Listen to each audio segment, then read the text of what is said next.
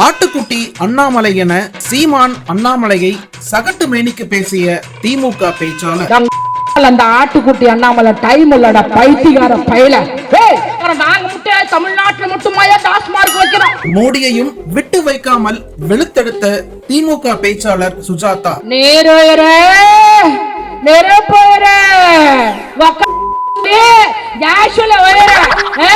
திராவிட model ஆட்சியின் தலைவர் தளபதி மு.க. ஸ்டாலின் ஆட்சியில் பெண்கள் மகிழ்ச்சியோடு செய்யறாங்க. அந்த ஆட்டுக்குட்டி அண்ணாமலை டைம் உள்ளடா பைத்தியக்கார பயல. உன்ன மாதிரி அரலூசு நான் பார்த்ததே இல்ல. ஏண்டா நான் தெரியாம கேட்கறேன். நாங்க முட்டை தமிழ்நாட்டுல மட்டுமாயா டாஸ்மார்க் வைக்கிறோம் இல்லையா? அது இந்தியா ஃபுல்லா நடக்குது, உலகம் ஃபுல்லா நடக்குது. அவன் லூசு, அவன மாதிரி ஒரு லூசு உலக வரலாற்றுல யாரும் கிடையாது. என்னன்னா அதாவது பஞ்சில் அடிச்சுக்கிறான். பை நீலாம் ஒரு தலைவனாடா. அதாவது அடிச்சுக்கிறான். அப்புறம் வந்து பாத்தீங்கன்னா லண்டனுக்கு போறான். லண்டனுக்கு போயிட்டு எங்களுடைய முதலமைச்சரை ஒரு மரியாதை இல்லாத பேசுறான். இன்னைக்கு கூட எங்களுடைய இன்னைக்கு யூடியூப் நமக்கு பழி வாங்க போகுது.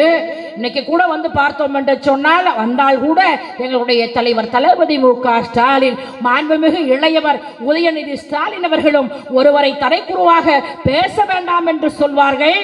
ஆனால் என் தலைவர் தளபதி மு.க. ஸ்டாலின் அவர்களை நீ ஒருமையாக பேசினார் என்று சொன்னால் எனக்கு புல்லல்ல புரசல்ல. இந்த இயக்கத்திற்காக கூட எங்களுடைய தளபதியை பேசணும், நான் சும்மா விட மாட்டேன். அதை பத்தி எனக்கு கவலையே கிடையாது. என் தம்பி தூக்கி போட்டா எனக்கு போதும். அதுதான் திமுக. மோடி என்ன பண்ணாரு அத கேள. எவ்வளவு கஷ்டம் இல்லையா? இன்னைக்கு என்ன மும்மொழி கொள்கை தேவையா? கொஞ்சம் சப்ஜெக்ட் எடுக்கணும் இல்லையா? ஏங்க அன்றைக்கே அறிஞர் அண்ணா அவர்கள் சொன்னார்கள், 2 மொழி தேவை போதும் என்று சொன்னார்கள். ஒன்றை நான் பதிவு செய்ய நான் காத்திருக்கிறேன். 1938ஆம் ஆண்டு தந்தை பெரியார் அவர்கள் அதாவது தமிழ் வாழ்க என்று சொல்லி அன்றைக்கே சொன்னவர் தந்தை பெரியார் அவர்கள். ஆனால் இன்றைக்கு வேண்டும் என்று மாட்டை கடித்து மனுஷனை கடிச்சு எப்படியாவது திமுகவை இல்லையா ஒழிச்சுன்றதுக்காக பள்ளி கல்வித்துறை என்னையா பண்ணுச்சு? பள்ளி கல்வித்துறைக்கு நீ நிதி ஒதுக்குறத விட்டுட்டு எப்படி மிரட்டுற? அதாவது மும்மொழியை ஏற்றுக்கொண்டால் தான் பள்ளி கல்வித்துறைக்கு நிதி வழங்கப்படும் சொன்னீர்கள்.